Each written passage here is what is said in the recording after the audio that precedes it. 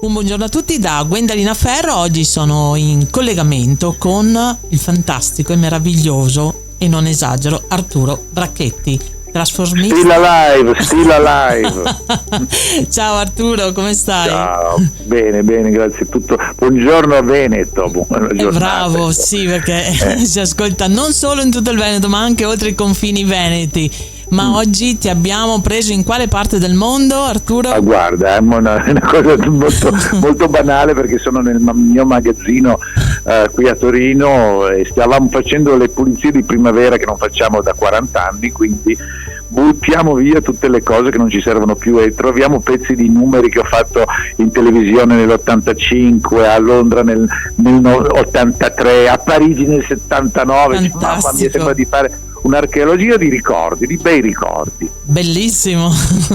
Ma senti, per tornare allo spettacolo, perché noi ti aspettiamo qui ad Adria, qui insomma poco distante dalla sede radio, ad Adria, appunto al Teatro Comunale, il 14 febbraio, sabato alle ore 21, per un spettacolo che è alla 9ª stagione, ovvero sì, questo è uno spettacolo molto fortunato, è uno di quei one man show, sai, ogni performer, attore fa uno, massimo 2 one man show nella sua vita, vedi Proietti, vedi Gasman, perché più di quella non sa fare, cioè già ci metti dentro the best of, è chiaro che quello è, e con un testamento artistico.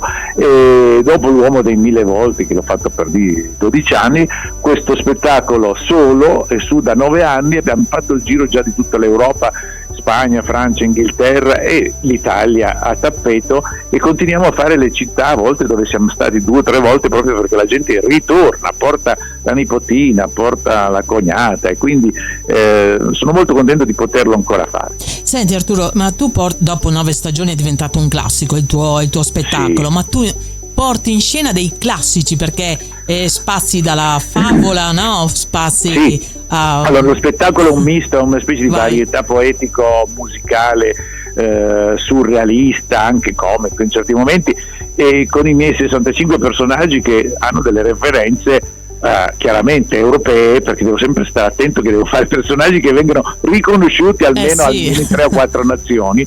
E quindi per esempio faccio un pezzo della televisione, dico che mi piacevano e mi piacciono ancora adesso le serie, e divento la signora Fletcher, Wonder Woman, lo zio Fester, Sherlock Holmes, Hulk, Mr. Spock, la casa di carta, cioè, e questo sono i primi 5-6 minuti di spettacolo.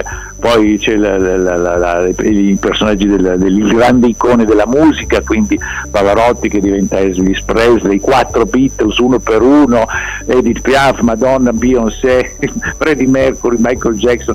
Sì, in effetti su 65 personaggi chiaramente ho dovuto trovare tanti personaggi riconoscibili e facili anche da in un secondo poter inquadrare. In tutto in 90 minuti di tempo. Sì, ma non so, perché poi non ci sono solo le trasformazioni, ci sono anche le ombre cinesi, i disegni sulla sabbia, la lotta che io faccio alla fine con la mia ombra, perché nello spettacolo io sono da solo, ma faccio la lotta con la mia ombra, e la mia ombra ed io ci battiamo in un campo di luci laser tipo Tron, però alla fine facciamo pace, quindi io riesco a volare, perché io praticamente sono un Peter Pan 68enne, e quindi voglio continuare a volare. Ma questa tua, diciamo, arte di portare in scena la trasformazione è registrata nel Guinness dei primati, giusto? Sì, nel 2006 mi pare mi hanno già incoronato come il più veloce trasformista del mondo, eccetera. Ma non è solo quello, adesso hanno cambiato la dicitura mettendo anche il più prolifico, perché in effetti da dove ti sto parlando adesso, dal mio magazzino, insomma, ci sono 450 costumi ormai, quindi mamma mia, è una famiglia bella numerosa, vedi? Certo. Ma dietro uno spettacolo come Solo, che è quello che appunto porterai ad Adria, quante persone ci lavorano? E dietro a quello che è lo spettacolo in 90 minuti, quanti anni ci sono dietro?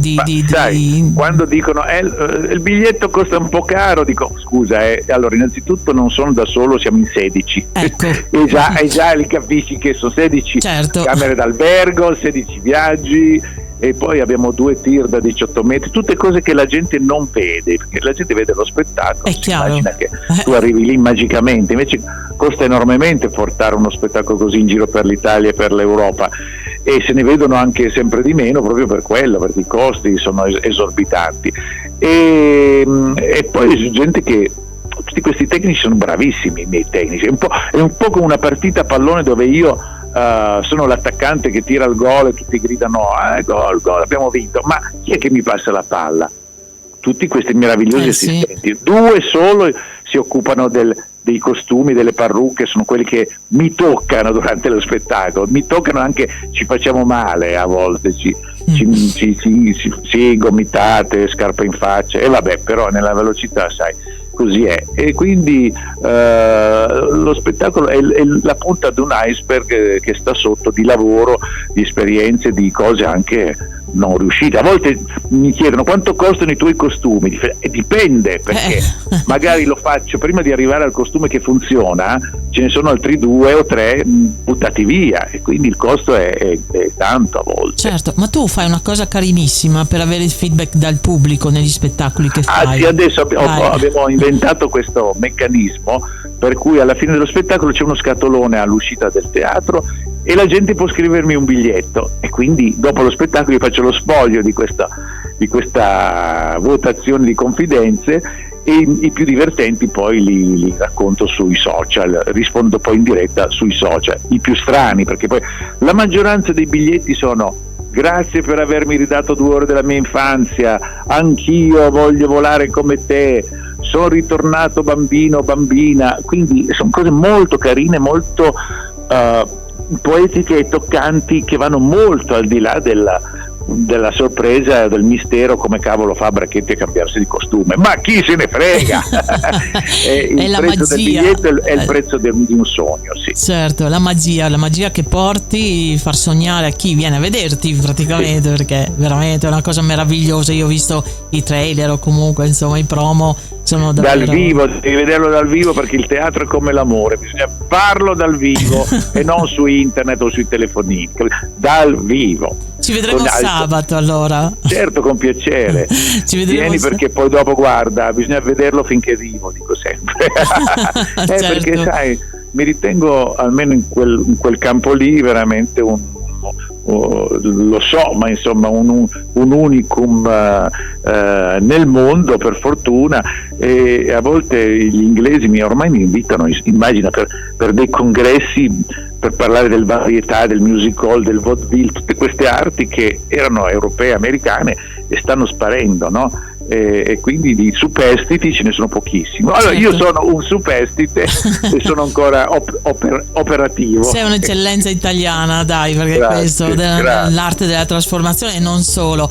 Ma prima di toccare, diciamo, di farti invitare, diciamo, i nostri radioascoltatori e le nostre radioascoltatrici andare sul palco dopo 9 anni di questo spettacolo, di questo classico, quando alla fine dello spettacolo, cosa ti dà essere stato... andare sul palco dopo 650 repliche, ecco, sono queste che abbiamo fatto con Solo, è sempre un momento di che ti si stringe, adesso non posso dirlo in radio, ma proprio perché è importante, perché è sempre una sfida.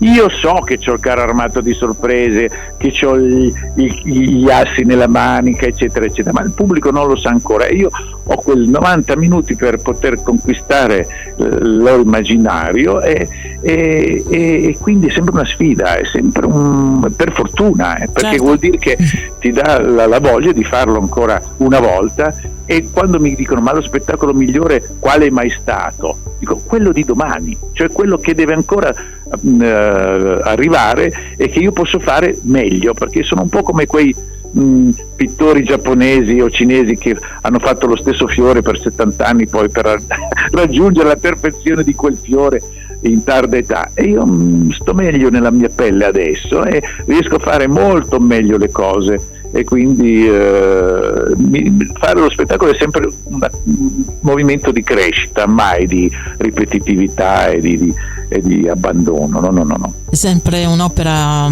originale, non è mai uguale a quella certo, precedente. Poi uguale ogni giorno non esiste, per fortuna. Il teatro è quello, Poi c'è sempre la sorpresa, posso cadere nella fossa dell'orchestra, mi può cadere un proiettore in testa. No, facciamo... È successo, guarda, a me piace volare negli spettacoli. Io ho volato per gli ultimi 40 anni, ho volato tantissime, migliaia di volte. Sono caduto 4 volte, quindi sai, succede anche quello. Per fortuna sono ancora qui a raccontartelo, e quindi vuol dire che ho avuto un paracadute soprattutto dall'angelo custode che mi ha salvato. Certo, quindi il tuo invito a chi ci sta ascoltando, Arturo, per venire sabato appunto 14 febbraio al Teatro Comunale di Adria, vai. Beh, assolutamente.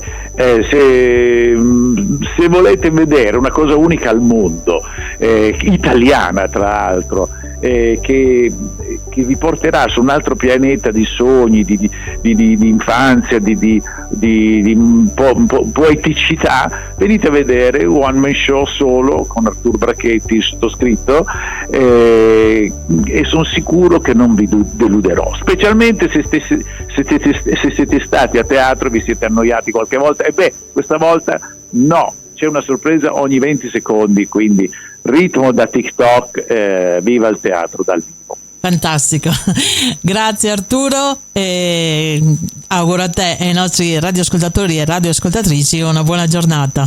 Ciao! Ciao!